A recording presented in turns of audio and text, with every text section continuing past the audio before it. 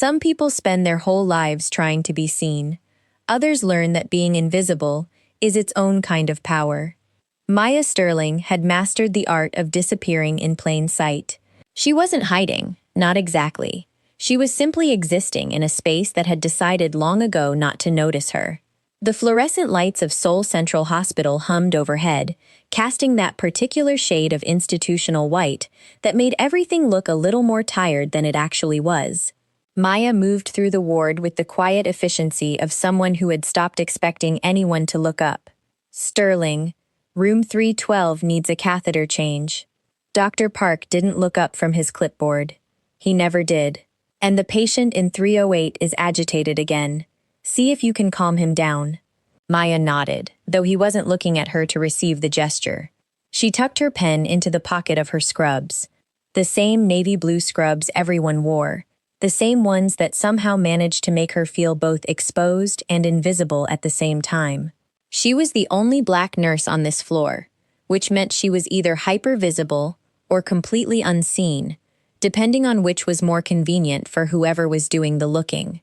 Room 312 housed Mr. Kim, an elderly man with dementia who had been in the hospital for 3 weeks.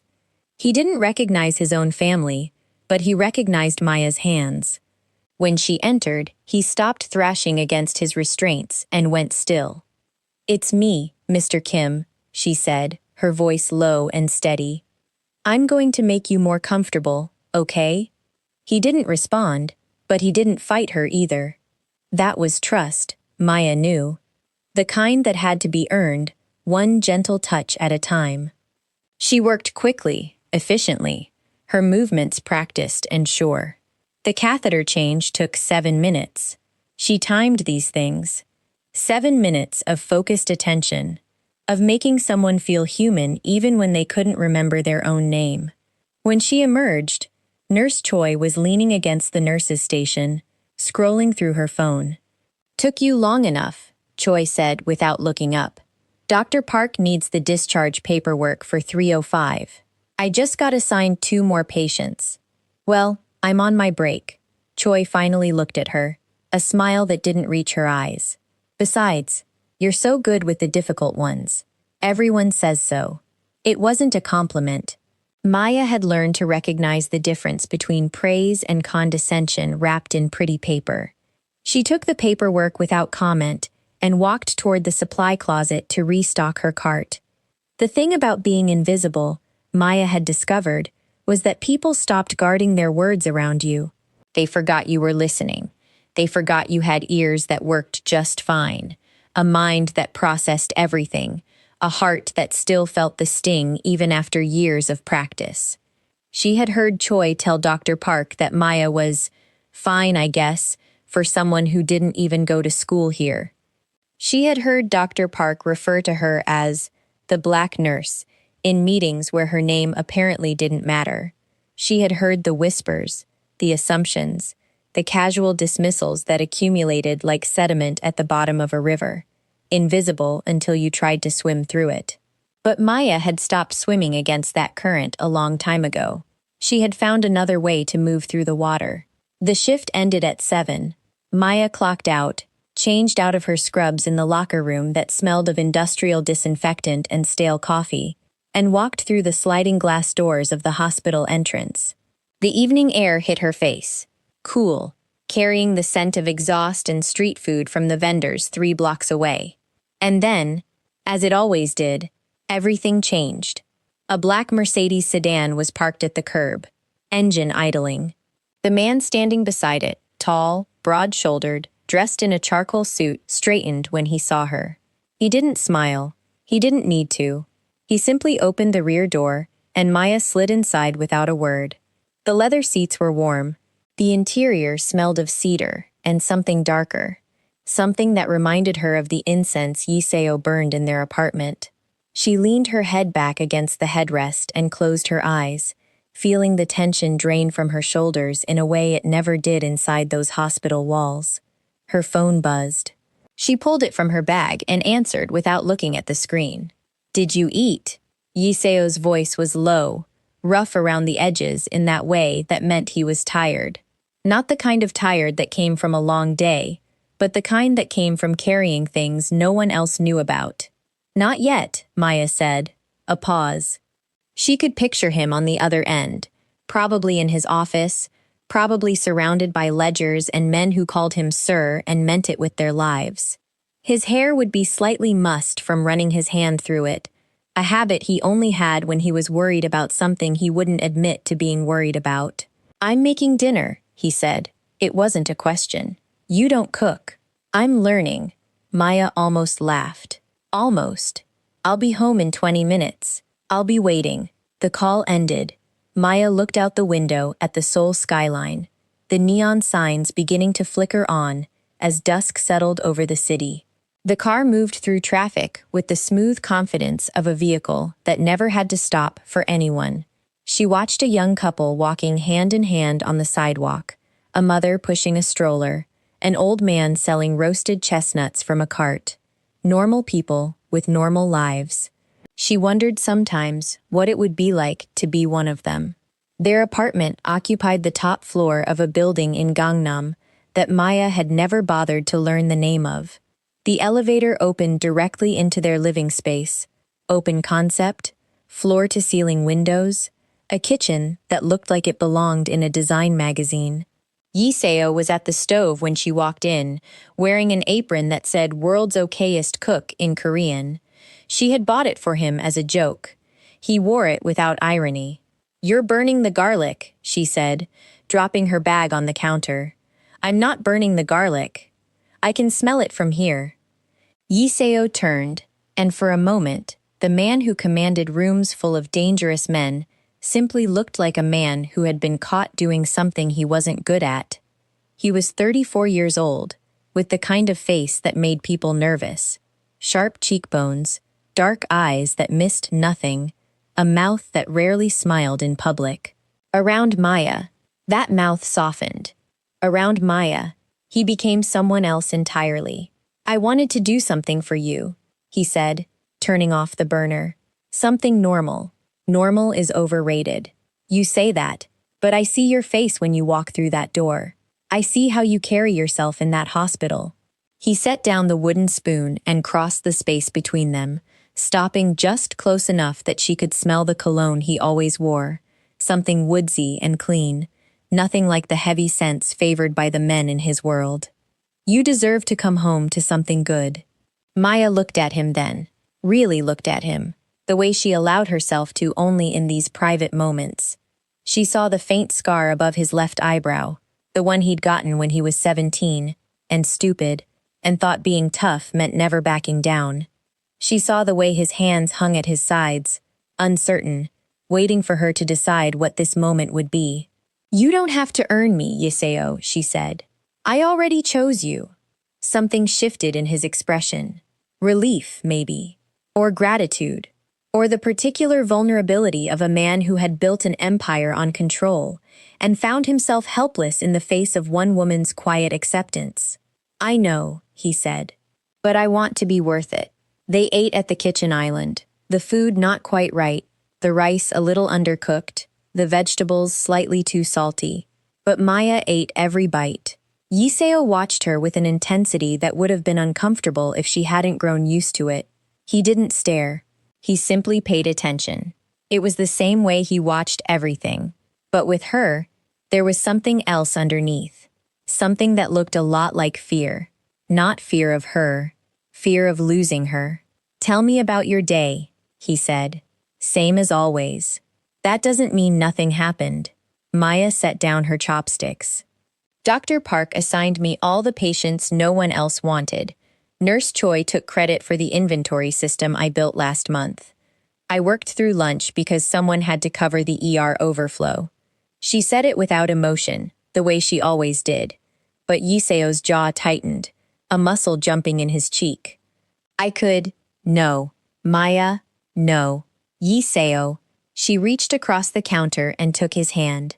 His fingers were warm, calloused in places that surprised people who expected a boss to have soft hands. "This is my life, my work. I don't need you to fix it. I don't like watching you hurt." "Then don't watch." She squeezed his hand. "But don't interfere either. I need this to be mine. He was quiet for a long moment. Then he turned his hand over, lacing his fingers through hers. I don't understand how you do it. How you go back there, day after day, knowing what they think of you. Because it's not about what they think, Maya said. It's about what I know. And what do you know? She looked at their joined hands, her dark skin against his lighter tone, the contrast stark and beautiful, and completely irrelevant to everything that actually mattered between them. I know who I am when I'm with you, she said, and I know who I am when I'm not. They're the same person, Yuseo. I don't need them to see me to know I'm real. That night, they slept in the same bed they'd shared for 2 years, in an apartment that existed in a world most people would never touch. Maya fell asleep to the sound of Yuseo's breathing, steady and sure, and for a few hours, the hospital didn't exist. The ward didn't exist. Nurse Choi and Dr. Park didn't exist. But morning always came. Monday arrived with the subtle violence of an alarm clock. Maya woke before dawn, as she always did, sliding out from under Yuseo's arm without waking him. She showered, dressed in clean scrubs, pulled her hair back in the tight bun that kept it out of her face during long shifts. She made coffee, drank it standing at the window, watching the city wake up below her. By the time Yuseo emerged from the bedroom, she was already putting on her shoes. You're leaving early, he said. Staff meeting at 7:30.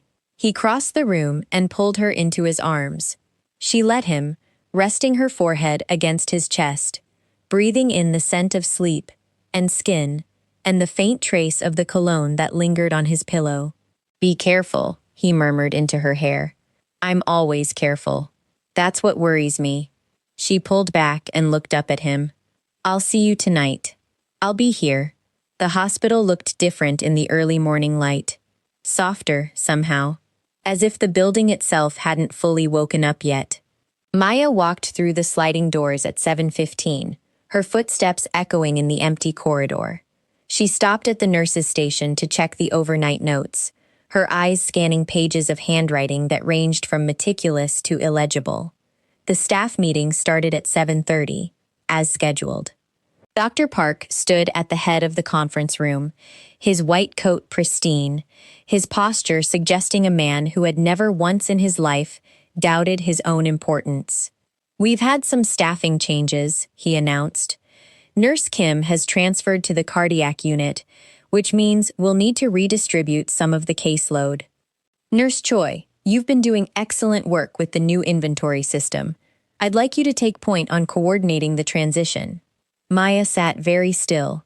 She didn't look at Choi, who was smiling with the particular satisfaction of someone who had just been handed something she hadn't earned. She didn't look at Dr. Park, who had never once acknowledged that the inventory system was hers. She simply sat, her hands folded in her lap, and listened. Nurse Sterling, you'll pick up Kim's patients on top of your current load. I know you can handle it. It wasn't a compliment. It was an assignment, delivered with the casual assumption that Maya had no choice but to accept. And she didn't. Not really. Not if she wanted to keep her job, her license, the life she had built, piece by piece, in a country that had never quite decided if it wanted her there. Of course, Dr. Park, she said. The meeting continued. Maya took notes she would never need to reference, nodded at points that didn't require her agreement, and waited for the hour to end. When it finally did, she walked directly to her first patient of the day, without stopping at the nurse's station, without making eye contact with anyone who might want something from her. The armor was back on. It fit like a second skin. The week passed in its usual rhythm. Patience and paperwork, condescension and dismissal, the steady accumulation of moments where Maya was present but not seen. She administered medications, changed dressings, held the hands of people who were afraid to die and people who were afraid to live. She did it all with the same quiet competence, the same unflinching steadiness, the same refusal to let anyone see beneath the surface. By Friday, she had worked 52 hours. By Saturday morning, she was supposed to have 2 days off. She got one. Saturday night, everything changed. The ambulance screamed into the bay at 11:47 p.m. Maya heard it from the break room, where she was eating cup ramen that tasted like salt and regret. She didn't think much of it at first. Ambulances came and went all night, delivering the broken and the bleeding to people whose job it was to put them back together. But then the doors burst open and the energy in the ER shifted. The patient was young, maybe 25, a designer jacket now soaked through with blood, leather shoes that had probably never touched anything dirtier than a nightclub floor.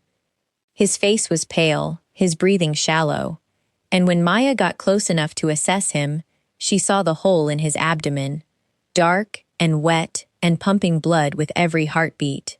"Gunshot wound to the lower abdomen," the paramedic reported. "Vitals are unstable. BP 80/40, heart rate 130. Maya moved automatically, her training taking over where her thoughts couldn't keep up. She cut away the jacket, applied pressure, called for blood. The patient's eyes were open, glassy, staring at the ceiling without seeing it. What's his name? No ID, but there were men following the ambulance. 2 cars, they tried to force their way into the bay. Maya's hands didn't falter. She had learned long ago not to ask questions she didn't want answered. She focused on the wound, on the vitals, on the young man whose life was leaking out between her fingers. Dr. Park arrived at the trauma bay, his face set in the particular expression of someone who had just been pulled from something more important. "Transfer him," Park said, without looking at the chart. "We don't have the surgical capacity for this tonight." "His BP is dropping," Maya said, her voice steady. "He's lost at least 2 liters. If we move him now, he won't survive the transfer." "I didn't ask for your opinion, Nurse Sterling." "You didn't need to." Maya looked up from the patient, meeting Park's eyes for the first time in months. "His systolic is 70 and falling. His pulse is thready. He needs immediate surgical intervention, and the nearest trauma center is 20 minutes away. He'll be dead before they prep the OR." The room went quiet. Dr. Park stared at her, his mouth slightly open, as if he couldn't process what he was hearing. Maya had never contradicted him before. She had never raised her voice, never challenged his authority, never done anything but nod and comply, and disappear into the background where she belonged. "Are you overriding my medical decision? I'm advocating for my patient." Maya turned back to the young man, her hands still working. "Page surgery. Get me 2 units of O negative. And someone find out who this man is, because his family needs to know where he is." For a moment, nothing happened. Then the ER nurse, a young woman named Lee who had started 3 months ago and still looked at Maya like she might learn something, moved toward the phone.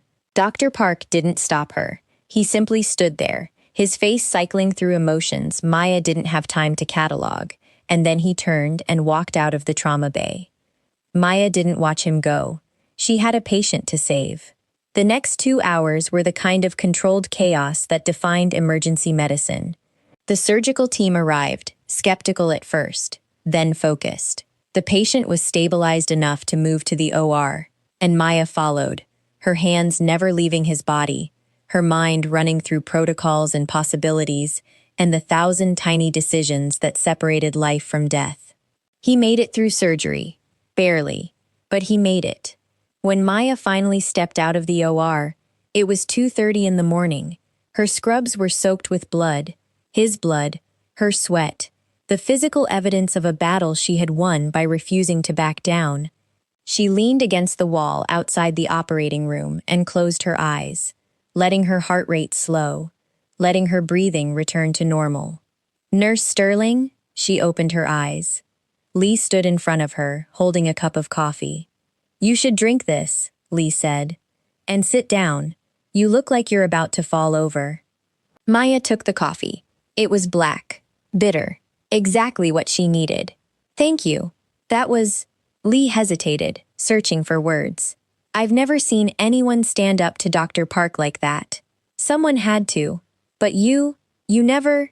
Lee stopped, apparently realizing she was about to say something impolite. "I just mean you always seem so quiet." Maya drank her coffee. Quiet doesn't mean empty, Nurse Lee. It just means I'm choosing what to fill the space with. She didn't wait for a response. She walked to the locker room, changed into clean scrubs from her emergency stash, and returned to the ward. 2 nurses had called in sick, some stomach bug making its rounds through the staff. No one was coming to cover them. Maya looked at the schedule, did the math, and accepted that she would be working through the night. Dr. Park had gone home at midnight. Choi had left at 11, complaining of a headache. Maya was alone on a floor that needed 3 nurses minimum, responsible for patients who didn't care about staffing shortages, who needed medications and monitoring, and the kind of attention that couldn't be divided by exhaustion. She worked. She always worked. The patient from the ER, the young man with the expensive clothes and the gunshot wound, was transferred to the surgical ward at 4 a.m.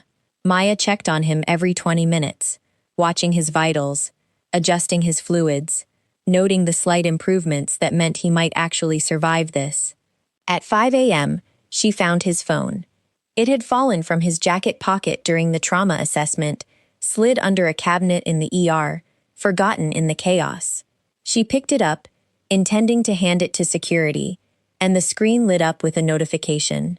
A single message, in Korean. "Where are you? Answer me." The contact name was simply Hyung. Maya stared at the screen for a long moment. Then she turned off the phone, placed it in the patient's belongings bag, and went back to work. She had learned not to ask questions.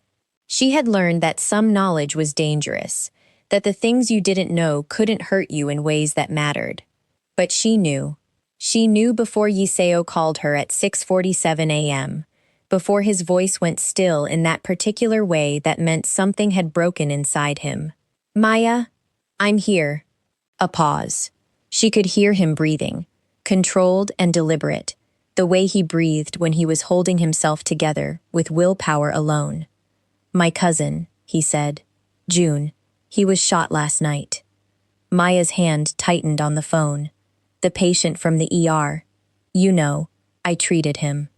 Another pause, longer this time. When Yiseo spoke again, his voice had changed.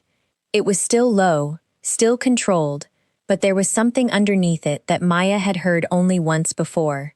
The night his father died. The night he had held her, and shook with a grief he wouldn't let anyone else see. Where is he now? Surgical ward. He made it through surgery. He's stable, but critical. And you? I'm fine. Maya. I'm fine, Yiseo. I'm working. I'll call you when my shift. You've been there all night. It wasn't a question. How did you? I know everything that happens in that hospital. Something cold had entered his voice. Something that belonged to the man who ran an organization built on secrets and violence, and the kind of power that didn't ask permission. I know Dr. Park tried to transfer June. I know he left you alone on that floor. I know you've been working for 17 hours. Yiseo, get the cars. The line went dead. Maya stood in the empty corridor, the phone still pressed to her ear, and felt something shift in the air around her. She had seen Yiseo angry before. She had seen him dangerous, seen him ruthless, seen him become the man that rumors whispered about in dark corners of the city. But she had never heard him like this. She had 17 minutes before the first SUV pulled into the hospital parking lot. She spent them checking on June one more time, noting the steady improvement in his vitals, the color returning to his face. She spent them updating his chart with the meticulous detail that would matter when the next nurse took over. She spent them preparing herself for what was coming, though she couldn't have said exactly what that was. At 7:04 a.m., the lobby went silent.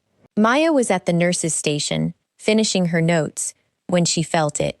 The kind of silence that wasn't just the absence of sound, but the presence of something else. Anticipation, fear, the collective holding of breath that happened when power entered a room.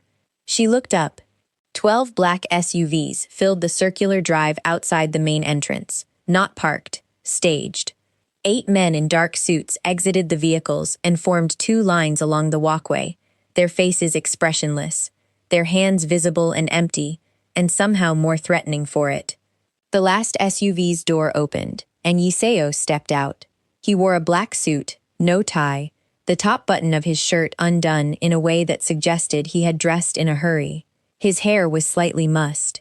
His face was composed in that particular mask he wore when he was about to do something that couldn't be undone. He walked through the automatic doors, and the silence deepened. The receptionist, a young man who had been checking in a patient with a sprained ankle, froze mid-sentence. The security guard at the desk stood up, then sat back down, apparently deciding that whatever was happening was above his pay grade. A mother holding a crying child pressed herself against the wall, her eyes wide. Yiseo didn't look at any of them. He walked to the reception desk, pulled a single black card from his pocket, and placed it on the counter. "Which ward is Nurse Sterling on?" The receptionist's mouth opened and closed. I don't." Yiseo's expression didn't change. He simply waited, the card gleaming under the fluorescent lights, the insignia on it, a stylized dragon coiled around a single character, unmistakable to anyone who had lived in Seoul long enough to know what it meant. The receptionist's hands shook as he typed into his computer. "Surgical ward, 3rd floor." Yiseo picked up the card, turned toward the elevators, and stopped. He looked back at the receptionist, something almost like regret passing across his face. "Which ward is Maya on?" The correction hung in the air. The receptionist didn't answer. He couldn't. Yiseo walked to the elevator, his men falling into step behind him. The doors opened. They stepped inside.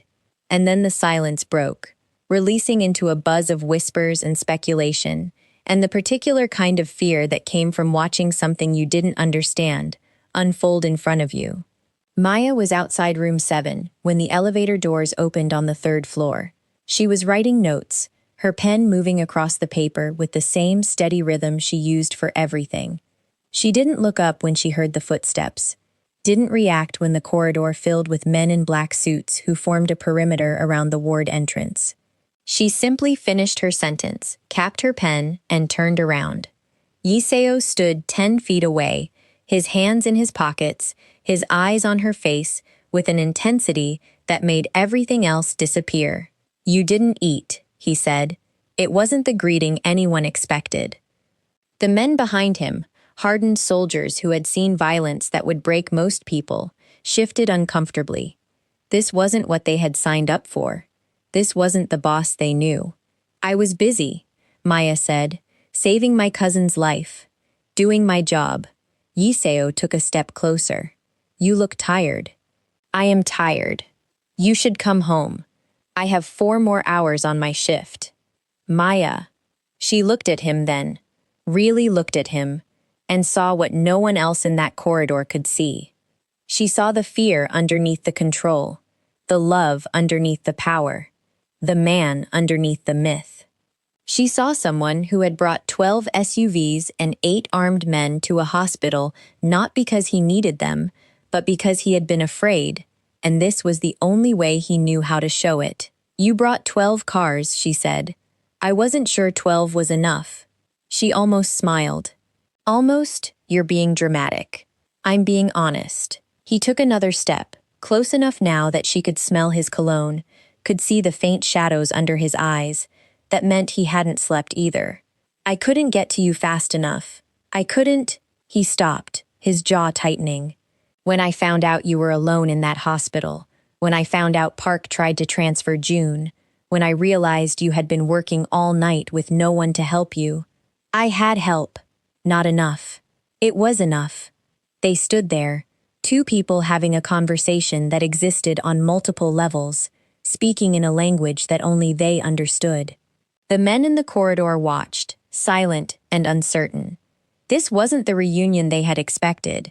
This wasn't the boss they knew, standing in a hospital corridor like a man waiting for permission to exist in the same space as the woman he loved. "Nurse Sterling?" The voice came from behind Yiseo, tentative and high-pitched. Nurse Choi rounded the corner of the corridor and stopped so suddenly she nearly stumbled. Her eyes moved from Maya to Yiseo to the line of men blocking the hallway, and her face went pale. I was just..." Choi swallowed hard. Dr. Park is looking for you. Dr. Park can wait, Yiseo said, without turning around. Choi's mouth opened, closed, opened again. She looked at Maya with an expression that might have been fear, or might have been something else entirely. Recognition, maybe. The dawning understanding that the woman she had dismissed for months, the woman she had talked over and looked through and treated as less than, was someone she had never actually seen. I didn't, Choi started. It's fine, Maya said. Go tell Dr. Park I'll be there in a minute.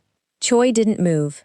She was staring at the insignia on Yiseo's lapel, the same dragon that adorned the black card, the same symbol that appeared on buildings and businesses throughout the city, the mark of an organization that operated in shadows most people preferred not to acknowledge. That's... Choi's voice was barely a whisper. You're... Go, Nurse Choi, Maya said, and something in her tone, not angry, not cruel, simply certain, made Choi turn and walk away without another word. Yiseo watched her go, then turned back to Maya. She's one of them. She's one of many. You could stand here and wait for me to finish my shift, Maya said. That's what you could do. Yiseo looked at her for a long moment. Then, slowly, a smile touched the corner of his mouth. The real one. The one that didn't appear in photographs or business meetings, or the rare interviews he gave to people who didn't know better. You want me to wait in a hospital corridor for 4 hours. I want you to understand that my work matters, that my patients matter, that I matter, even when I'm not with you. The smile faded, replaced by something softer. I know you matter. I've always known. Then wait. He waited. 4 hours. Standing in the corridor outside the surgical ward, his men forming a perimeter that made every doctor and nurse and visitor walk a little faster, look a little less, speak a little softer. Yiseo didn't sit. He didn't check his phone. He simply stood there, watching the door of room 7, waiting for Maya to emerge. Dr. Park arrived at 8:30, his face flushed, his white coat flapping behind him like a flag of surrender. He stopped when he saw the corridor, the men, the man at the center of it all. His eyes found Maya's, then moved to Yiseo, then back to Maya, and something in his face crumpled. Nurse Sterling, Park said, his voice cracking. We need to talk. I'm on my way to check on Mr. Kim's roommate. It won't take long. Maya looked at him, really looked at him, the way she had learned to look at patients, seeing the person underneath the presentation, the fear underneath the authority. She saw a man who had built his identity on being important, who had just discovered that his importance was smaller than he had believed. 5 minutes, she said. They walked to the side office that Park used for private consultations. He closed the door behind them, then seemed to realize what he had done, and opened it again, leaving a gap that felt like an apology. I wanted to... Park stopped, ran a hand through his hair. I don't know how to say this. Then don't. I was wrong. About the patient. About you. About... He laughed. A brittle sound. About everything, apparently. Maya didn't respond. She simply waited, giving him the space to say whatever he needed to say, knowing that her silence was more powerful than any words she could offer. I didn't know who you were, Park continued. I mean, I knew your name, your position, your work. But I didn't know. I didn't see. You didn't try to see. No. He looked at her, and for the first time, Maya saw something like genuine remorse in his eyes. I didn't try. I was comfortable. I was in charge. And you made it easy for me to stay that way. I made it necessary, Maya corrected. There's a difference, Park nodded slowly. I suppose there is. He took a breath. I won't ask for your forgiveness. I don't deserve it. But I want you to know that things will be different. Not because of who you're engaged to, because of who you are. Because I finally see what I should have seen all along. Maya looked at him for a long moment. Then she turned toward the door. Dr. Park, yes? I don't need your recognition to do my job. I never have. But if you're offering it genuinely, I'll accept it. She walked out of the office, leaving him standing there with an expression she didn't bother to catalogue. She had patience to see, work to do, a life to live that existed beyond the small dramas of hospital politics. She found Nurse Choi at the nurse's station, staring at a computer screen with the particular intensity of someone who was trying very hard to look busy. Nurse Choi. Choi jumped, then turned, her face flushing. Nurse Sterling, I was looking for you. You found me. I wanted to. Choi stopped, her hands twisting together. I wanted to apologize. For before. For everything. For the way I treated you. The things I said. The credit I took for your work. Maya waited. I didn't know, Choi continued, her voice cracking. I didn't know who you were, what you were dealing with, how hard you were working while I was being selfish and petty and— Stop. Choi fell silent, her mouth still open. I don't want your apology because of who I'm engaged to, Maya said. I don't want your respect because you're afraid of him. I want you to see me. Not the version of me that fits your narrative. Not the quiet nurse who doesn't complain. Me. The person who shows up every day and does work that matters, whether anyone notices or not. Choi's eyes were wet. I see you. Do you? I'm trying to. Maya looked at her for a long moment, then she said, just see me properly next time. She walked away, leaving Choi standing at the nurse's station with tears on her face and something that might have been the beginning of understanding in her eyes. The rest of the day passed in its usual rhythm, patience and paperwork, medications and monitoring, the steady work of keeping people alive. But something had shifted. People held doors for her. Dr. Park greeted her by name in the hallway, his voice carrying a respect that hadn't been there before. Nurse Lee asked her opinion on a case, actually listened to the answer, nodded like it mattered. Maya didn't acknowledge the change. She simply did her work, the same way she always had, with the same quiet competence and unflinching steadiness. She checked on June, who was recovering well, his color returning, his eyes clear when they opened, and found her standing by his bed. You saved my life, he said, his voice rough from disuse. I did my job. My cousin says you're the reason I'm alive. Your cousin exaggerates. June smiled. A young man's smile, full of charm, and the particular confidence of someone who had grown up with more than he needed. He never exaggerates. That's the thing about Yiseo. He says exactly what he means, and he means exactly what he says. Maya adjusted his IV, checked his vitals, made a note on his chart. Rest. You'll be out of here in a few days. Will you visit me? After I'm out? If you need medical care, you'll see a doctor. That's not what I meant. Maya looked at him. Really looked at him. The way she looked at all her patients. She saw a young man who had almost died, who was trying to make sense of a world that had suddenly become fragile in ways he hadn't expected.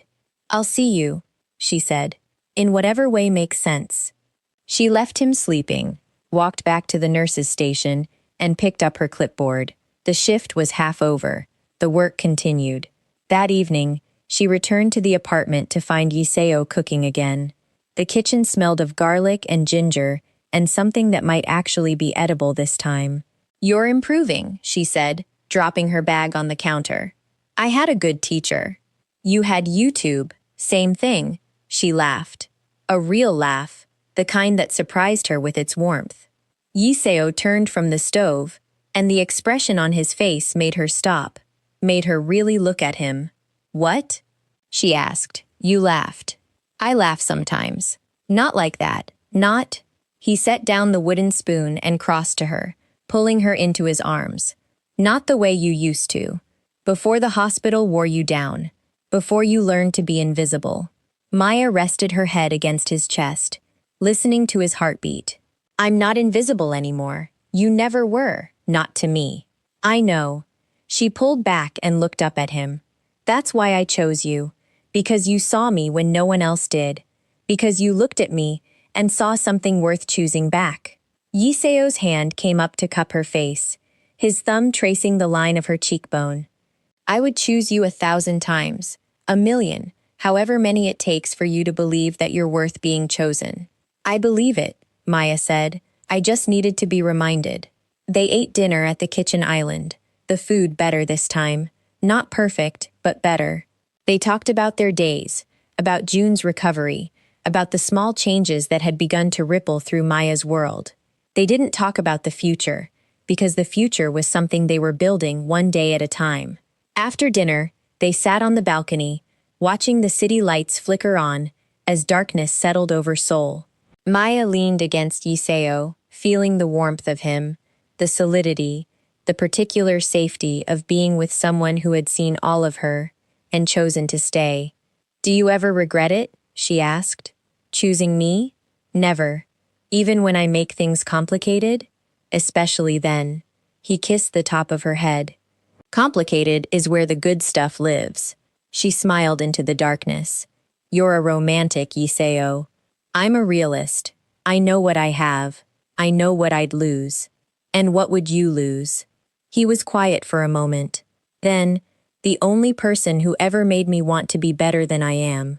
The only person who looked at all of me, the power, the violence, the darkness, and chose me anyway. The only person who makes me believe that maybe, just maybe, I'm worth something beyond what I can control." Maya felt the tears again, the silent accumulation of emotion that had become familiar over the past few days. She didn't wipe them away. She let them fall, let Yiseo see them, let him understand what he meant to her, without her having to find the words. "I love you," she said.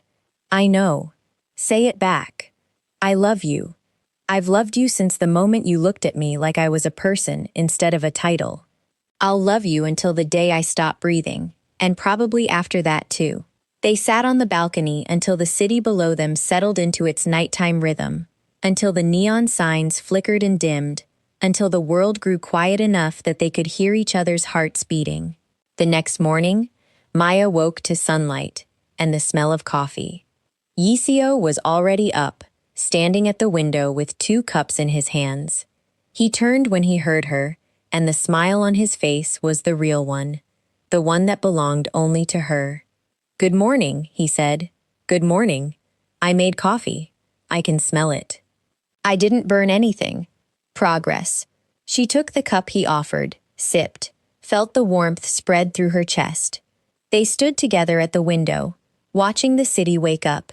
2 people who had found each other in the most unlikely of circumstances and had decided to hold on. "What are you thinking about?" Yiseo asked.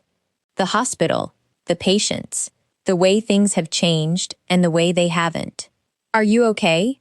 Maya considered the question, really considered it, the way she considered everything, with care, with honesty, with the understanding that her feelings mattered, even when no one else acknowledged them.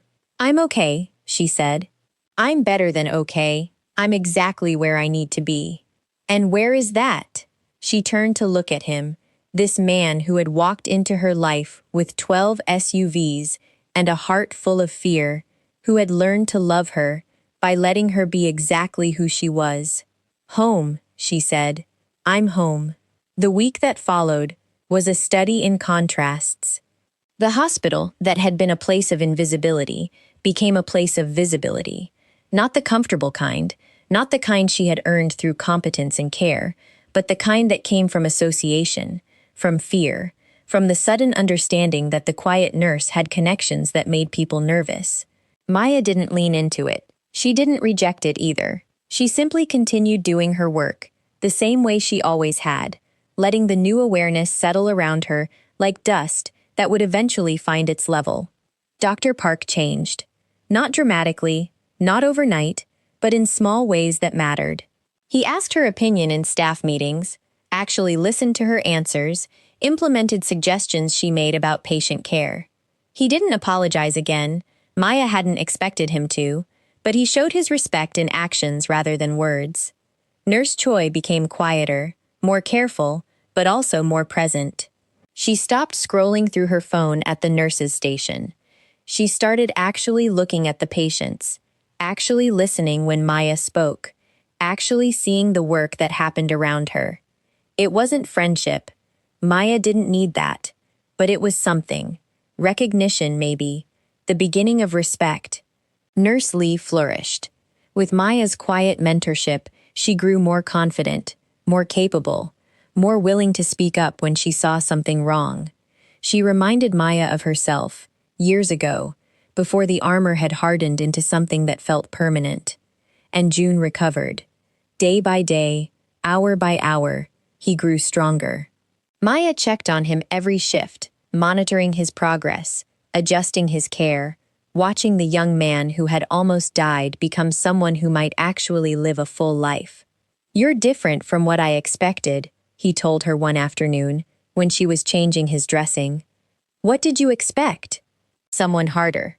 Someone who fit the world my cousin lives in." June winced as she cleaned the wound, then relaxed as the pain subsided. "You're soft, but not weak. That's rare." "I'm not soft," Maya said. "I'm just not interested in performing hardness for people who don't deserve the show." June laughed, then groaned as the movement pulled at his stitches. "He chose well. My cousin. He chose very well." Maya didn't respond.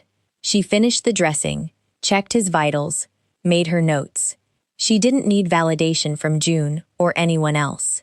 She knew her own worth. That was enough. But it was nice to hear anyway. The following Monday, 1 week after the night that changed everything, Maya walked through the hospital doors at 7:15 a.m., the same time she always did. The fluorescent lights hummed overhead. The smell of disinfectant filled her lungs. The rhythm of the hospital surrounded her, footsteps and voices, and the beeping of machines that kept people alive. But something was different. People held doors for her, not out of fear, not out of obligation, but out of something that looked almost like respect. Dr. Park greeted her by name in the corridor, his voice warm, his eyes meeting hers with an acknowledgement that hadn't been there before. Nurse Choi was quieter, more careful, but also more present. She looked up when Maya passed, nodded, went back to her work without the casual dismissal that had defined their previous interactions. Maya didn't acknowledge the change. She simply picked up her clipboard and went to work. Exactly as she always had. Room 312. Mr. Kim, who recognized her hands even when he couldn't remember her face. She changed his dressing, checked his vitals, spoke to him in the low, steady voice that had become her trademark. He didn't respond, but he didn't fight her either. That was trust, the kind that had to be earned one gentle touch at a time. Room 308. The agitated patient who had calmed when Maya sat with him, who had learned to recognize her presence as safety. He was doing better today. His medication was working. He smiled when she entered, a small, uncertain expression that made something warm bloom in Maya's chest. The surgical ward. June, who was sitting up in bed, eating solid food, complaining about the hospital jello, with the particular energy of someone who was definitely going to survive. He grinned when he saw her. "The angel of death," he said. "Or life. I can't decide which." "Neither can I," Maya replied. "It's a coin flip most days." She checked his vitals, adjusted his fluids, made her notes. He watched her with the same intensity his cousin did, though for different reasons. June was trying to understand her, to figure out what made her different from the other people in Yiseo's world. Maya let him look. She had nothing to hide. "Why do you do it?" he asked, as she was finishing up. "The nursing, I mean. You could do anything, be anything. Why stay in a place where people treated you like you were nothing?" Maya capped her pen and slid it into her pocket.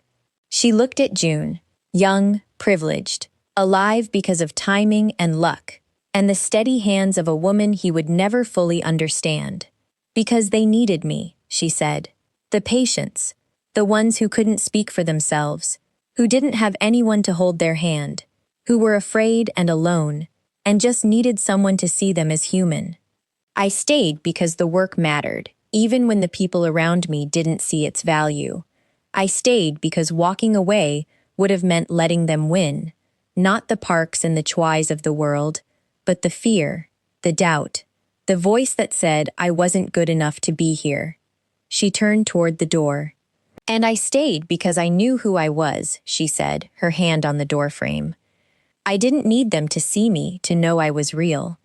I just needed to keep showing up, day after day, until either they caught up or I stopped caring whether they did. June was quiet for a moment. Then, "You're extraordinary." "I'm just a nurse." "No." His voice was soft, almost reverent. "You're exactly what my cousin needs. What he always needed. Someone who sees the person underneath the power. Someone who chooses him, not because of what he can give her, but because of who he is when no one else is looking." Maya didn't respond. She walked out of the room, into the corridor, back to the work that waited for her. She didn't need June's approval. She didn't need anyone's approval. She simply needed to keep doing what she did best, showing up, doing the work, being exactly who she was. The day passed in its rhythm, patience and paperwork, medications and monitoring, the steady accumulation of small moments that made up a life. At the end of her shift, Maya clocked out, changed out of her scrubs, and walked through the sliding glass doors into the evening air. The black Mercedes was waiting at the curb. The man in the charcoal suit opened the door. Maya slid inside, and the car pulled away from the hospital, moving through traffic with the smooth confidence of a vehicle that never had to stop for anyone. Her phone buzzed. "Did you eat?" Yiseo's voice, low and rough and familiar. "Not yet. I'm making dinner. You still can't cook." "I'm learning." Maya smiled into the darkness of the car, watching the city pass outside her window. Normal people with normal lives, walking on sidewalks, pushing strollers, selling roasted chestnuts from carts. She wasn't one of them. She never would be, but she had found her place in the world, not in spite of who she was, but because of it. "I'll be home in 20 minutes, she said. "I'll be waiting." The car moved through the city, carrying her toward the life she had built, the love she had chosen, the future she was creating, one day at a time. Maya leaned her head back against the seat and closed her eyes, feeling the familiar peace that came from knowing exactly who she was. Invisible to some, seen by the ones who mattered, exactly as she had always been. And that, she had finally learned, was enough. Maya had learned early in her nursing career that the body remembered trauma long after the mind had processed it. Her shoulders ached from the tension she carried through 12-hour shifts. Her feet throbbed in shoes that had been comfortable when she bought them 6 months ago. Her hands, her most valuable tools, the instruments that administered comfort and care, were rough from constant washing. The skin cracked at the knuckles, despite the expensive lotion Yiseo kept buying her. She never complained about these things. Complaining required an audience that cared, and Maya had stopped expecting that a long time ago. The break room at Seoul Central Hospital was a study in institutional neglect. The microwave had been broken for 3 weeks. The coffee maker produced something that tasted like burnt rubber. The couch, which was supposed to provide a place for exhausted staff to rest during rare moments of downtime, had a spring that poked through the fabric in a way that made sitting on it an exercise in discomfort. Maya ate her cup ramen standing up, leaning against the counter, her eyes on the clock. She had 23 minutes before she needed to check on Mr. Kim again. 23 minutes to consume sodium and regret, and whatever minimal nutrition the noodles provided. "You're still here?" Maya didn't look up. She recognized the voice. Dr. Han, the resident who worked the night shift and seemed to exist in a perpetual state of caffeinated anxiety. "Double shift," Maya said. "Rough." Han poured himself a cup of the terrible coffee. "You want me to grab you something from the vending machine?" "I'm fine." "You always say that." "Because it's always true." Han laughed. A short, surprised sound. "You know, Sterling, I can't figure you out. Everyone else on this floor is either burning out or climbing the ladder. You just exist." Maya finished her noodles and threw the cup in the trash. Existing is underrated. She walked out of the break room before Han could respond, Before he could ask the questions she could see forming behind his eyes. She had learned that the best way to avoid unwanted attention was to never give people enough time to form complete thoughts about you. The night stretched on. The hospital at 3 a.m. was a different creature than the hospital at 3 p.m. Quieter, somehow more honest. The pretenses fell away in the dark hours. The patients slept or didn't sleep. The monitors beeped their steady rhythms. The world outside continued turning. And inside these walls, people fought battles that no one would ever know about. Maya checked on June at 5:30 a.m. His vitals had stabilized. The color was returning to his face, a faint pink beneath the pallor. She adjusted his IV, noted the improvement in his chart, and stood for a moment, watching him breathe. He was someone's cousin, someone's family, someone who mattered to the man she loved.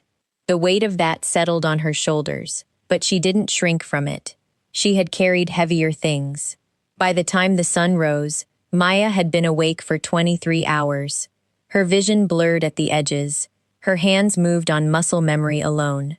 But she was still standing, still working, still doing the thing that no one else seemed willing to do. That was the thing about invisibility, she had learned. It wasn't just about being unseen. It was about being the person who showed up when no one else would.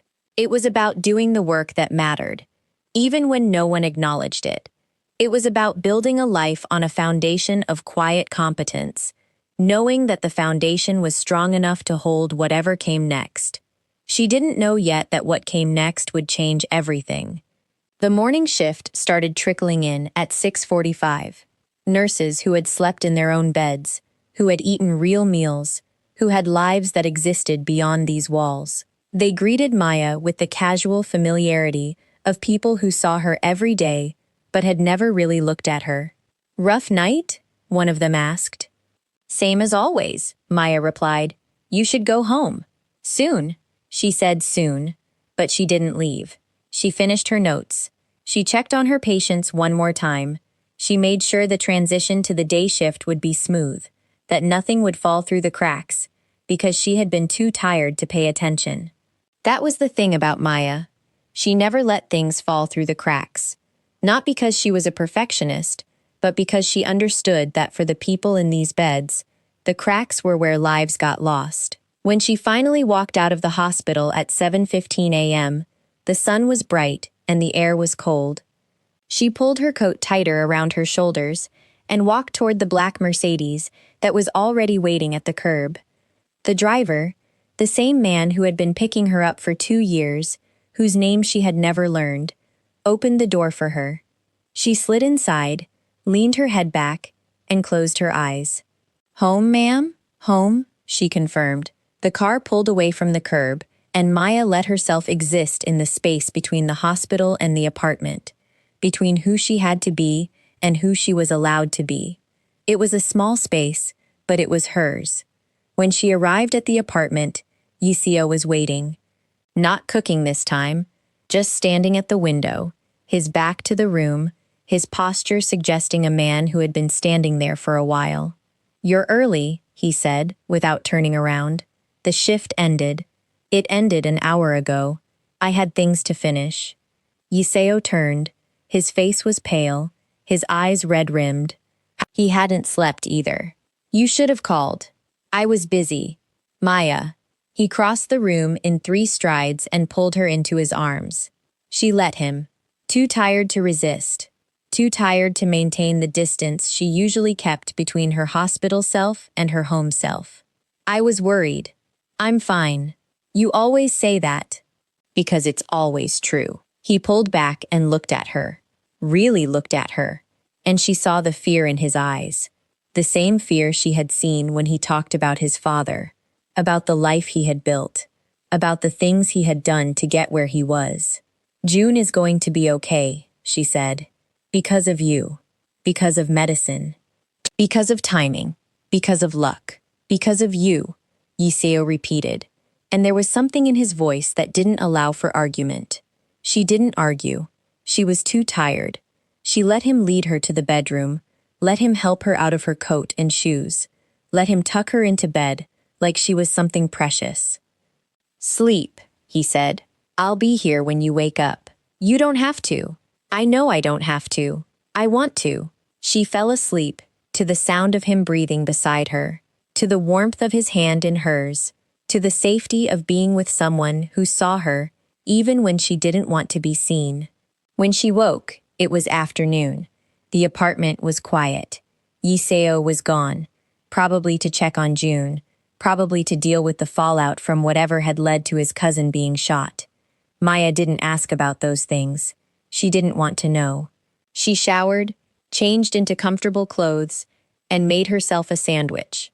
She ate it standing at the kitchen counter, looking out at the city below. The sun was high, the sky was clear, and for a moment, she let herself believe that everything was normal. But normal had never been her reality.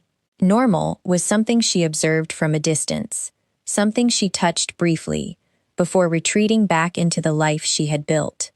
The phone rang. She answered without looking at the screen. Nurse Sterling? It was Nurse Lee, her voice tight with something that might have been excitement, or might have been fear. You need to come in. Something happened. What kind of something? Just come, please. The line went dead. Maya looked at the sandwich she hadn't finished. She looked at the city outside the window. She looked at the life she had been trying to build, piece by piece, day by day. Then, she picked up her bag and walked toward the elevator. Whatever was waiting for her at the hospital, she would face it the way she faced everything. Quietly, competently, without expectation of recognition or reward. That was who Maya Sterling was. That was who she had always been.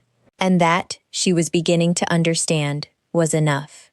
The elevator doors closed, and Maya leaned her head back against the mirrored wall. Her reflection looked back at her, tired, determined, exactly who she had always been. The woman who showed up. The woman who did the work. The woman who didn't need anyone's permission to exist. She thought of Yiseo waiting at home, of June recovering in the surgical ward, of the life she had built from nothing in a country that had never promised to love her back. She thought of the patients who needed her, the work that mattered, the quiet dignity of a life lived on her own terms. The elevator descended, floor by floor, carrying her toward whatever came next. And Maya Sterling, the invisible woman, the quiet nurse, the fiancé of a man who had brought 12 SUVs to a hospital because he was afraid of losing her, smiled a small, private smile.